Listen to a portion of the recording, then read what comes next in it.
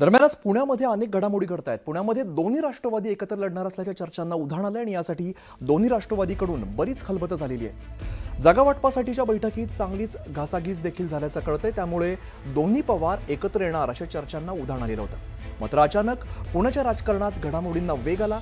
एकीकडे आज रात्रभरात पुण्यात एकत्र निवडणूक लढवण्याबाबत रात्रीतूनच निर्णय होईल असं बोललं जात असताना अचानक शरद पवारांच्या राष्ट्रवादीचे पदाधिकारी महाविकास आघाडीच्या नेत्यांसोबत चर्चेसाठी पोहोचले। राष्ट्रवादी शरद पवारांच्या पक्षाचे पदाधिकारी आणि काँग्रेस नेत्यांमध्ये बैठक सुरू आहे। सर्वच उमेदवारांनी घड्याळ चिन्हावरती लढावं या मुद्द्यावरून दोन्ही पक्षातील नेत्यांमध्ये मतभेद झाल्याची माहिती मिळते। आता या मतभेदातून शरद पवारांच्या राष्ट्रवादीचे पदाधिकारी थेट मवियाच्या नेत्यांशी चर्चा करण्यासाठी पोहोचल्याचं बोललं जात आहे। तर दुसरीकडे अजित पवारांनी शरद पवारांचे राष्ट्रवादीचे नेते आझम पानसरे यांच्या निवासस्थानी जाऊन भेट घेतलेली आहे। या सर्व घडामोडींमुळे पुण्यात नेमकं कोण कोणासोबत आघाडी करणार यावरून चर्चांना चांगलंच उधाण आलंय।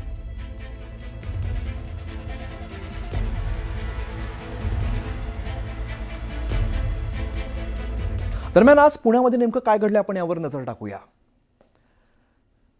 तर पुण्यामध्ये नेमकं काय घडतंय आपण बघूया। अजित पवार नेमकं कोणासोबत जाणार या चर्चांना उधाण आलेलं होतं। दरम्यान शरद पवारांच्या राष्ट्रवादीसोबत अजित पवारांची चर्चा झाली, दोन्ही पदाधिकाऱ्यांमध्ये चर्चा झालेली आहे। यानंतर शरद पवारांची राष्ट्रवादी आणि महाविकास आघाडी यांच्यामध्ये चर्चा झालेली आहे। म्हणजे नेमकं कोण कोणासोबत जाणार हे कळत नाही, कारण सुरुवातीला अजित पवार आणि शरद पवारांच्या राष्ट्रवादी संदर्भात चर्चा झाली, मात्र यानंतर शरद पवारांची राष्ट्रवादी आणि हर्षवर्धन सपकाळ म्हणजेच महाविकास आघाडी संदर्भात चर्चा झालेली आहे।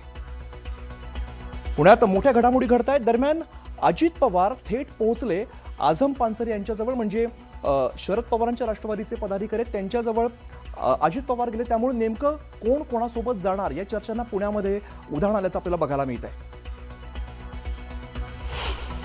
काय फक्त आले भेटले, बाकी काय पण मग दोन्ही राष्ट्रवादी एकत्र याव्यात तुमची मनापासून इच्छा आहे, पण काय कुठं अडलंय किंवा काय पुढे सरकते चर्चा? उद्यापर्यंत म्हणतात त्यांनी, उद्यापर्यंत सांगा तुमच्या पक्षाकडून किती जागांची मागणी त्या ठिकाणी करण्यात आली आणि कसं दादाकडून काय सकारात्मक प्रतिसाद आलाय? नाही, त्यांनी बोललं आता आम्ही बोलून करू, उद्या सांगू।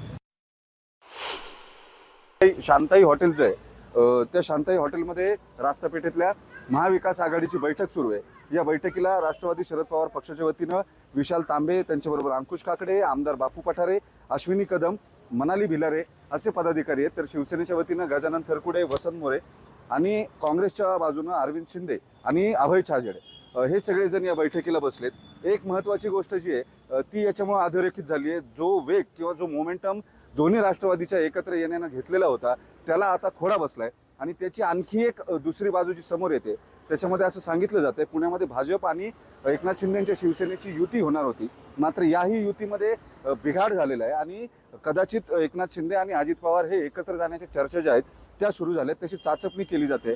साधारणपणे 40 ते 50 जागा या एकनाथ शिंदेच्या शिवसेनेला लढवायच्या आहेत पुण्यामध्ये त्यांची ताकद वाढवण्यासाठी, आणि त्या दृष्टीनं भाजप त्यांना स्पेस देऊ शकत नाही हे जवळपास निश्चित आहे।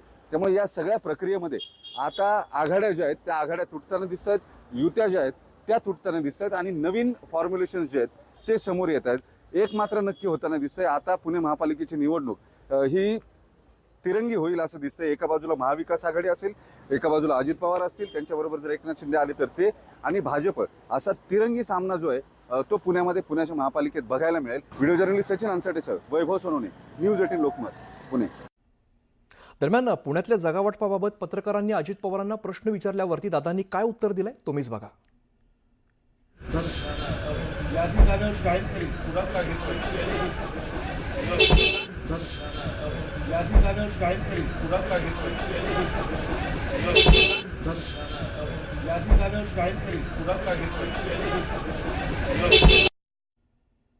छत्रपती संभाजीनगरमध्ये माजी महापौर रशीद मामू यांनी ठाकरेंच्या शिवसेनेमध्ये प्रवेश केल्यामुळे मुख्यमंत्री देवेंद्र फडणवीस यांनी टीका केली आहे।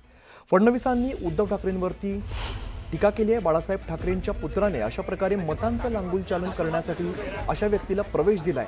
विशिष्ट लोकांचे त्यांना जोडे चाटायचे आहेत आणि त्यातून मतं मिळवायची आहेत, अशी घणाघाती टीका फडणवीसांनी केली आहे। फडणवीसांची ठाकरेंवरती ही टीका बघायला मिळते। हृदय सम्राट शिवसेना प्रमुख बाळासाहेब ठाकरेंच्या सुपुत्रांनी या ठिकाणी अशा पद्धतीनं मतांचं लांगुल चालन करण्याकरता अशा व्यक्तीला प्रवेश दिलेला आहे. त्यांना आता लांगुल चालन करायचं आहे, विशिष्ट लोकांचे जोडे चाटायचे आहेत आणि त्यातनं मतं मिळवायची आहेत. पण जनता हे बघते आहे, देशप्रेमी, देशभक्त आणि राष्ट्रवादी लोक हे पाहतायत. त्यामुळे याचं नुकसान त्यांना सहन करावंच लागेल.